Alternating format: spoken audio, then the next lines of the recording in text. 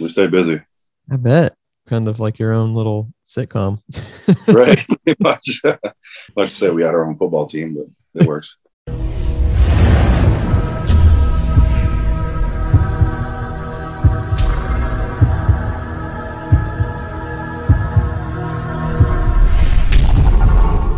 Like I said, thanks for coming on today and joining us in the weight room. Hey, man, I appreciate you having me on. If you want to just introduce yourself, tell us a little bit about you, who you are, where you're from, kind of that whole thing.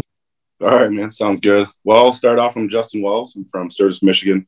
Small town in the middle of nowhere, about 30 minutes south of Kalamazoo. Most people know Kalamazoo. For work, I'm a manufacturing engineer at a local business called Broke Tool. We make the machines that make HVAC parts. Outside of that, my time's taken up by the gym, kids, sports. There's pretty much no free time. Lifestyle to us has been training for, I think, going on 6 years now.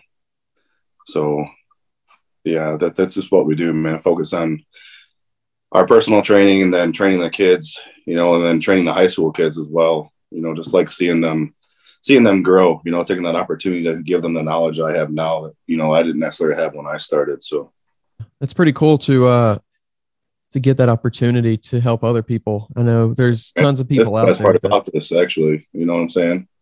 It's like having that opportunity, having my own gym. That's what really excelled it.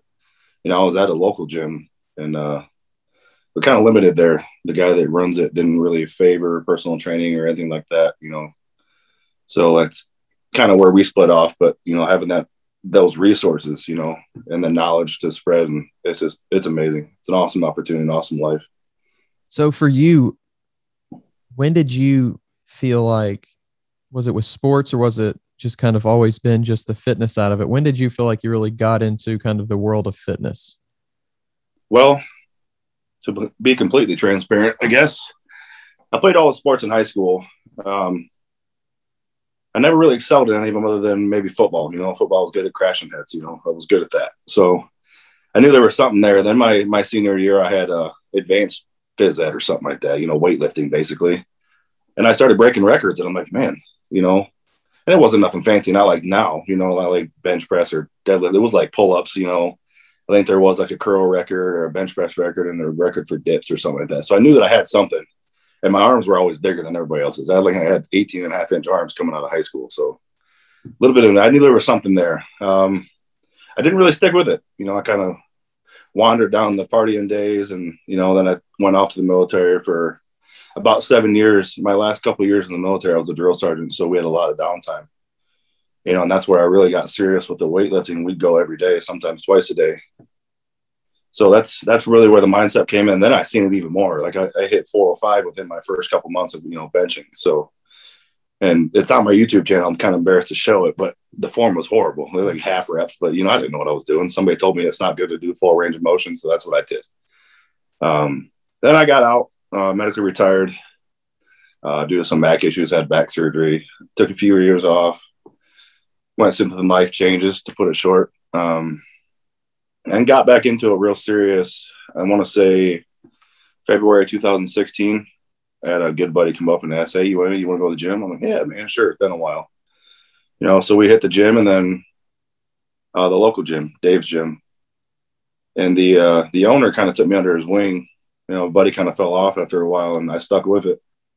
And at this point, I had no clue what powerlifting was. I'd never even heard the word, So somebody said, "You want to powerlift?" I'm like, "I don't even know what that is, man." I'm like, "Show me." So we did, squat, bench, deadlift. And I immediately fell in love with it, just the challenge, pushing the limits. So down the road a little ways, I trained with a couple guys there, did a couple unsanctioned meets. And after my first meet, man, I was in 100%. It's hard to explain the thrill that you get of pushing your limits. If you've never pushed your limits and you don't really know that adrenaline rush you get from doing it, I've got videos online of me pushing my limits, passing out several times. Like, why do you do that? It's amazing, as crazy as it sounds. So yeah. And then from there, I mean, it really just took off like wildfire. We grew so fast. I think from 2016, from when I first got into it, and then by 2018, I was already affiliated with Animal, doing the Arnold Sports Expo, working the cage with my buddy Connor Young, which I think you've had on here before. So thanks Connor, big shout out there. You know, if it wasn't for him, I probably wouldn't be where I'm at now. So big credit to him. We just kind of took off real fast, man. I don't even know what it was. If it was just resources, if it was just getting plugged into places where, you know, just kind of branching out. Really started when I hired a coach, you know, because I had done a meet in, I think it was Plainfield, Indiana. It wasn't a USPA, it was a UPA meet. Kevin McHugh was his name, and he was there breaking a 2,000-pound total natural. So we made kind of a full loop. We came back about a year afterwards, and turned out he ended up being our coach. So he coached both of us, me and my wife.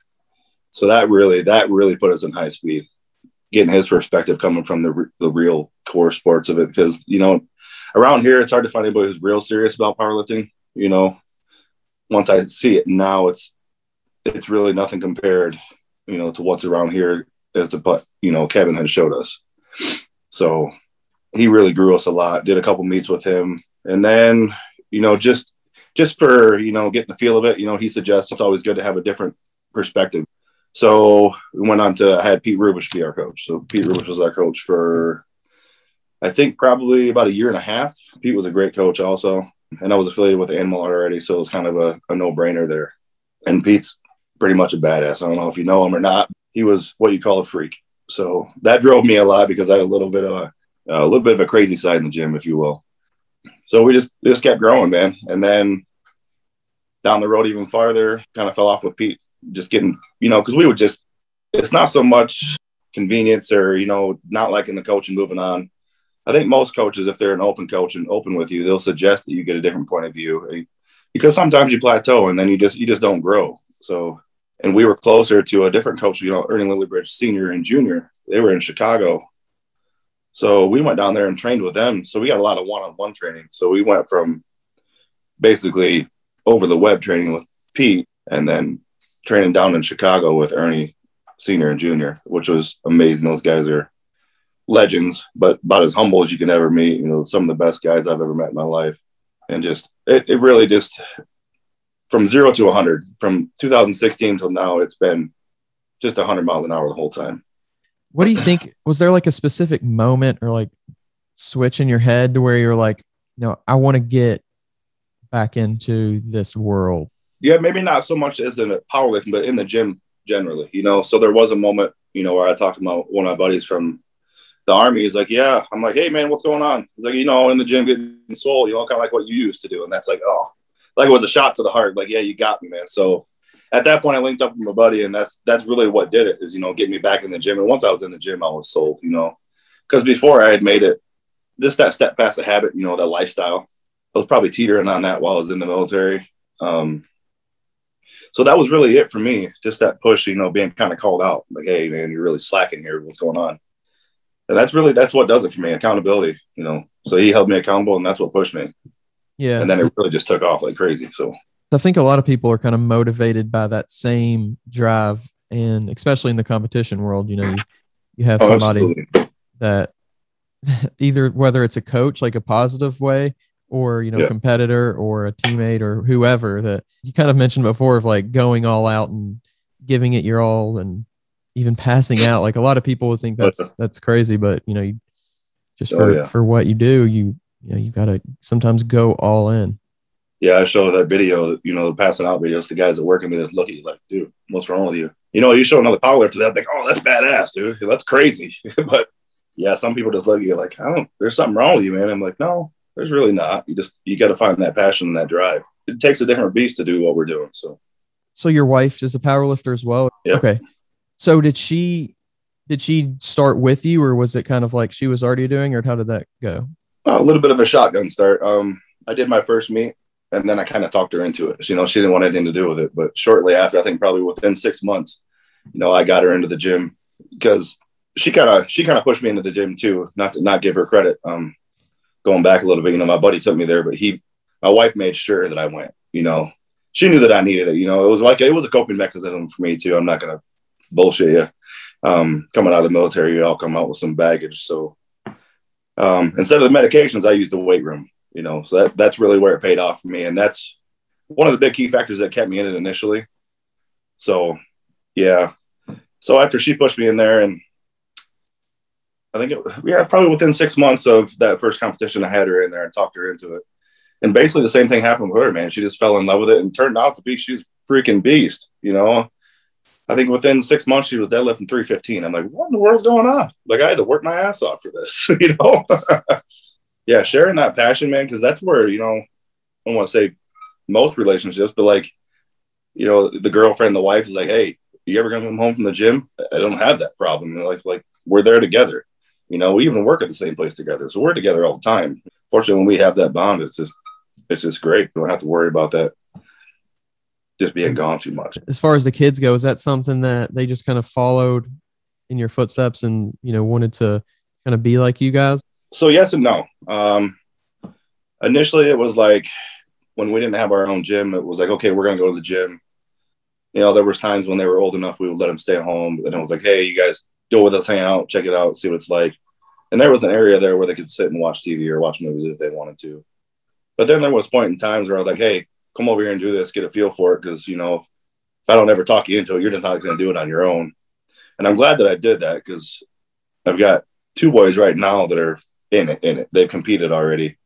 You know, I've got my 14-year-old that's, what is he, about 165 pounds, squatted 330 the other day, deadlifted 365 and bench almost 200 pounds at 14 years old. I mean, they started, I guess they touched their first weight probably when they were, I want to say 10 or 11. So they started real soon. A lot of people frown on that too. You get a lot of kickback from that, man. And that's just lack of knowledge really is all that is. You know, my 15-year-old, he's just as much of a baddie. He's way more athletic than all of us put together, really. He's a football star. Now the 14-year-old is too, but it was slap me if you heard me say that. Yeah, it's just great, man. It's a great experience having them where, you know, not only do I have my wife here with me sharing this passion, but literally all of my kids. You know, we were all in the gym yesterday doing a bench session. So it's like, well, it doesn't get any better than this, really. Some people are lucky if they can find that one person that is, you know, with them and consistent. Because that's the trouble is you find somebody that wants to go, but then it's like your schedules or they aren't as dedicated or something like that. But it sounds like you have a pretty solid kind of unit there. Yeah, finding a good training partner is pretty hard to do. Luckily enough, you know, once my wife got stronger and, you know, I was confident with her and she was confident, you know, spotting me, it was game over, man. We were going. So what's kind of the day-to-day look like? Is it like, you know, because I know I've talked to a few people who are either single or married without kids and they, you know, are powerlifters or bodybuilders and they kind of have their routine down. Is it kind of like your whole family has a single routine or is it like each person has their own routine? How does that work? No, so we try to stay on the same page. Sometimes it's hard given the sports because my kids do baseball, football, basketball, wrestling. So we always try to work around that. And I work with the coaches too at the school. They know what the kids do. They know that they power lift. I've got some of the football players out here training with me. So we try to stay on the same page. You know, if I'm training something, they're usually there training it with me. If there's an exception that we have to make, then we'll just make it work, you know, kind of fluid like that. But it's easier if everybody's on the same page. It helps keep people in the same mental note, if you will. You step in the weight room, you know, you go in there for a bench session, you know, the energy level might be at a 10. You go in the weight room for a deadlift session or a deadlift party, if you will, the energy level is like 20. That's a whole give it everything you got, leave it all out there type of thing. And when we're all trying to hit maxes, it's we're feeding off each other. It gets crazy. And that's what I get with everybody that comes to this gym. You know, it's not the biggest, prettiest gym. I mean, it's 30 by 60 pole barn that we turned into a badass gym. But what it is and what I think counts most at every gym is the atmosphere.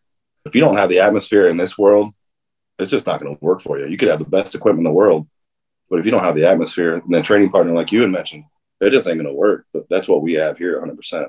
The world of fitness, the world of health, even the diet side, it's all so mental. You have to be in that mindset. And 100%, you know, over time, it definitely does, like you said, turn from a habit to a lifestyle. But I think even before you get there, it might be even more important to put yourself into that right mindset because, you know, you're building up that habit. So yeah, you're right. It is. You got to have that environment. I think you're probably more on point there in what you think. I mean, the mindset is probably number one. If you don't have the mindset for it, you're not going to make it. I just recently started training one of my nephews, and we had a bench session yesterday, and he kind of got down on himself after he didn't hit the weight that he hit last week. I said, dude, you have to learn how to use that in the right way. I said, that's going to crush you in this sport. I said, unfortunately, man, strength is not linear and it goes up and down. You can't do the same weight over and over and over again. I said, you have to be mentally strong. And I'm not saying you can't get pissed off or whatnot, but use that, hold it and put it into the bar later. You know, you see some of my videos where I'm headbutting the bar. I got blood running down my face. So I get pretty freaking crazy, man. But that's what I use. And all that energy goes into the bar, you know. So one place where you can use it unquestioned is in the gym. Yeah. It's challenging because like you said, it kind of doesn't matter how strong you are, how much experience you have. You can always slip back into that thought of, well, I can't, you know, I could do this last week or I could do this before. What, you know, how come I can't do it now? And you start questioning, you know, is it my routine? Am I dedicated? And all those things kind of start going through your mind. For sure, man. I mean, even me right now, I mean, I still have those thoughts, you know, we all have those thoughts like, what the hell's going on? You know, and then you sit back and think, okay, calm down a little bit, take a step back and look at it from an outside view. Like, oh, okay, my nutrition's off, or I didn't get enough sleep, or, you know what, I tried to hit this weight 3 times in a row, you know, and it's at like 97%. That's just not realistic. We're not robots, man. We're humans, unfortunately. You know, there's no way to speed up your CNS recovery. It takes time. That's all it does. I mean, there's no way around it. Kind of getting into that a little bit, like, how do you, or do you probably, I'm sure you do, just either based on knowledge or a different coach or whatever, but how do you kind of train differently now than when you started out?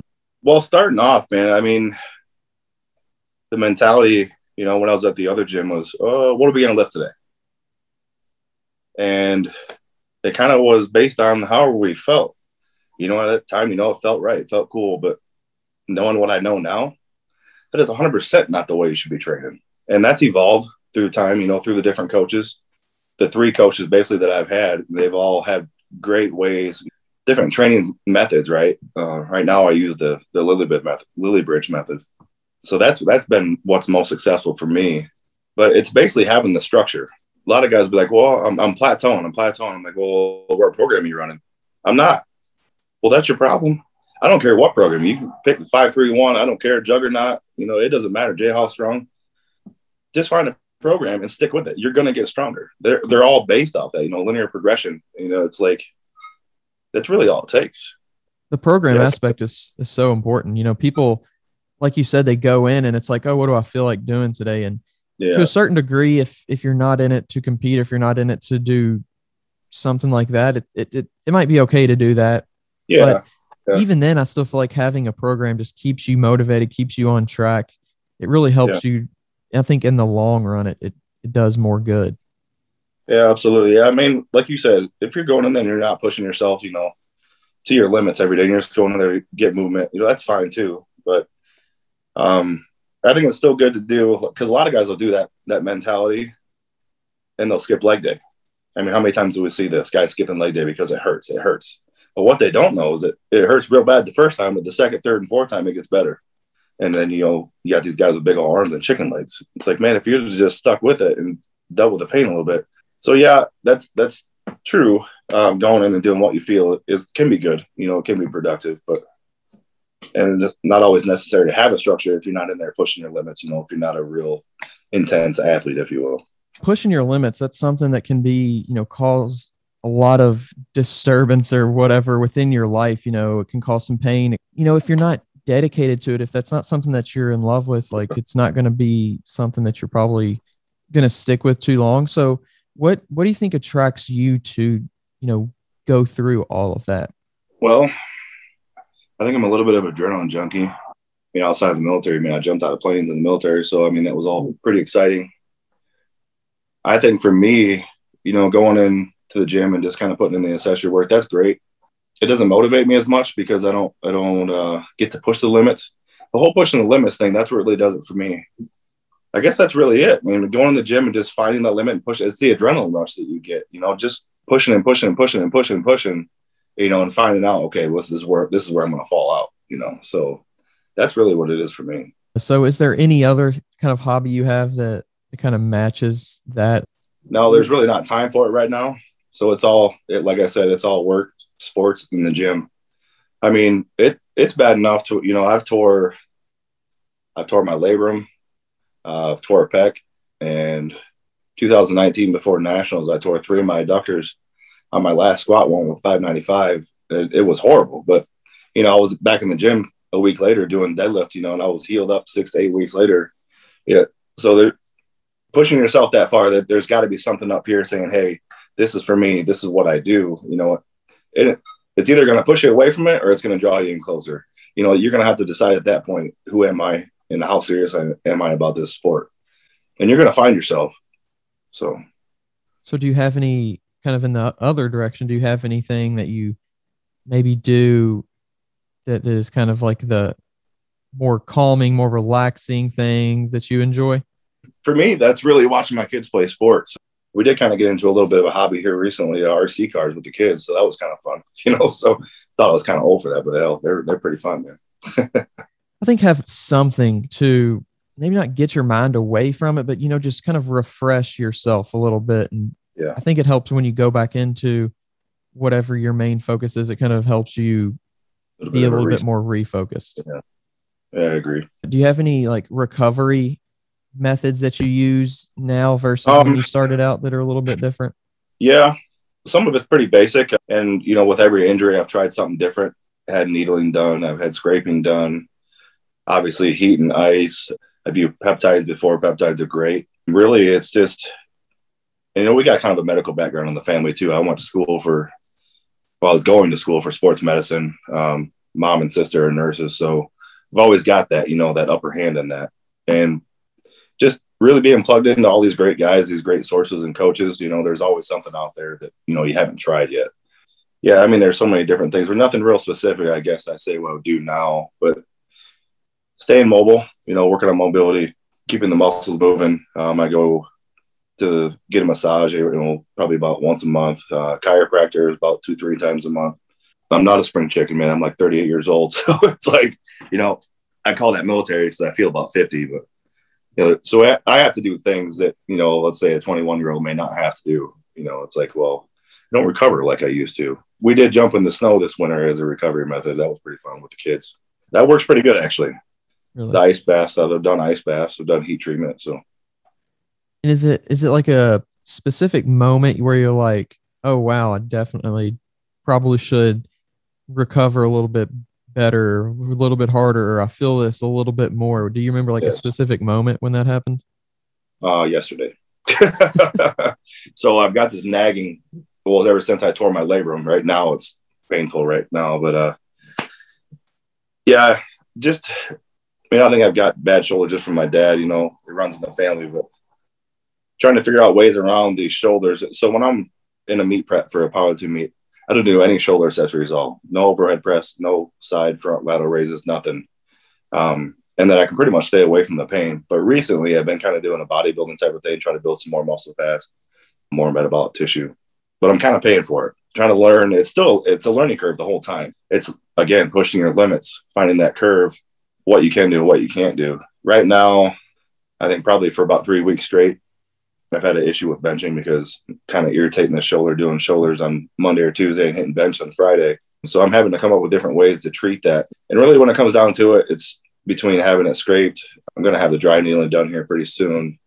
And then just the heat and ice and having my wife massage it, a little bit of electrical therapy.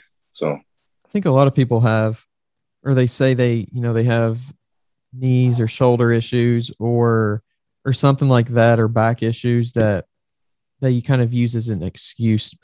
Right. How do you feel about that? Like, how do you personally work around and like not let that hold you back? So that's good question. Ironically enough, my buddy reposted my video yesterday and said, here's this guy. He's got this nagging injury, but yet he's out here, you know, benching 315 for 8. Now, I'm not going to say that there's times where you shouldn't train because of your injuries, but if you're going to use that as an excuse to sit on your ass in the house, then it's probably not that serious to you. Most guys that I know, I mean, you'll see guys in freaking leg casts, you know, still up on the bench benching. So, and again, that's where you find yourself. You know, don't use it as an excuse. Just find a way to train around it. Most coaches, you know, with a good head on their shoulders, will help you find a way to train around it. And there's always something to do. But if you're going to use that as an excuse to sit on your ass, I mean, no offense, but I really don't want anything to do with you. Just because, you know, the level of intensity is here versus here. And it's just not going to work, man. At the same time, you got to keep your head on your shoulders, right? You got to pay attention to what you're doing. You can't be going crazy and making it worse. There's probably a fine line to walk there, but like I said, there's always something to do, a way to train around it, you know. And I had back surgery in 2012, and you know, I have a decent deadlift. I think my max right now is 745. And people ask, you know, how do you do that? You know, having back surgery. I'm like, well, man, my back hurts less when I train. And I've told the doctors, like, yeah, it makes perfect sense. I'm like, yeah, I know, but trying to explain this to people who thinking, well, you're broken, you shouldn't be able to do this. Well, the case is, I'm strengthening the muscles around the weak joints.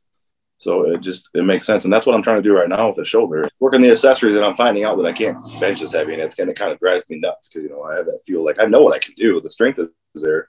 But when you're trying to push through pain, I mean, it pretty much drops off. So You have to explain to people, man, if you were to move your body more, it would be, you would be in less pain. And it's just so hard to get that through people's heads. You're really hitting on some hot topics here. I just had that happen the other day. Not so much as a nagging injury, but, you know, I had somebody tell me the other day that, you know, always play it safe so I don't hurt myself type of thing. I'm like, you know, that's okay in some aspects, but how are you going to ever grow? How are you going to ever find out what you can do if you're not willing to push that limit? I said, most times, you know, in my personal experience, after I've hurt myself, you know, I pretty much launched past that point where I was at, because I learned, you know, what the problem was and now how to alleviate that. So you use it. If you're not going to use it as a learning experience, I mean, it's kind of stupid, right? If you can't learn from your mistakes, then you're kind of just spinning in circles. That you don't always know it's an issue. That's what happened with my adductors. You know, I went down, and that squat, what at the time was a light squat for me, and it tore. I'm like, well, what the hell? You know, I didn't have any pain leading up to it. I didn't have any uncomfort. So it's like, what's going on here? Well, really what it was is I drove that squat a little bit deeper, and my mobility wasn't where it should have been. You know, so mobility is huge. I mean, I can't even explain how important that is. I mean, every powerlifter you talk to, every bodybuilder is going to tell you, mobility is key. Especially for getting stronger. You know, you think about mobility. I'm not a gymnast. Well, really, you got to have that mobility to get stronger to move on to the next level. Let's talk a minute about, you mentioned before, fittest family or strongest family or something. America's Strongest Family, yeah. So talk a little bit about that. That's pretty interesting, if you can. Well, that came from just building our circle, you know, having the different resources. And somebody came up and talked. I think it was somebody from Detroit, one of the meets we had done. They had found out through somebody else that they were, you know, it was TLC. TLC partnered with the History Channel that was going to do this TV show. I'm like, hey, we got the family for you, you know, and out of the blue, somebody that we talked to like third hand, you know, it's like, and they got a hold of us like, hey, here's this TV show. Not that they were pulling a prank on us, man. I was like, whatever, you know, and come to find out it was real. So yeah, because we, you know, my wife and I were both powerlifters, and we had 6 kids who were in the gym most of the time. They were interested. So we kind of went through the whole rigmarole of getting ready for that, signing contracts and doing some shoots. It was all good, man, up until a certain point. We all wanted to do it, but I'm going to call it a hiccup, because we're a blended family, you know. We got stepkids and exes to deal with, so that kind of put a hanker on it. So yeah, I mean, just the experience alone of actually prepping for the TV show, I mean, the kids aren't going to forget that. So that's a permanent memory. Unfortunately, we didn't get to do the TV show, but it's still one of those experiences that one out of a million kids you might get a chance to do. Yeah. So, was that something that was going to be kind of just like a reality, like follow you around and do that kind of thing? Yeah, they were going to come park their bus here, and I think it was like 12 episodes per season, and I think they were going to do like 3 seasons or something like that. It was kind of iffy at some points, you know, because they always want you to exaggerate things a little bit to get the point across, which I understood. But it's like, man, I just want to be me, because the people who know me are going to see this. Like, dude, that's not right. You know what I'm saying? Yeah. But it was cool, man. We were going to roll with it, and I told them, you know, straight up, I was like, hey, I'm not going to sit here and fake to be somebody I'm not. I was like, oh, we're good with that, man. You know, just be yourself.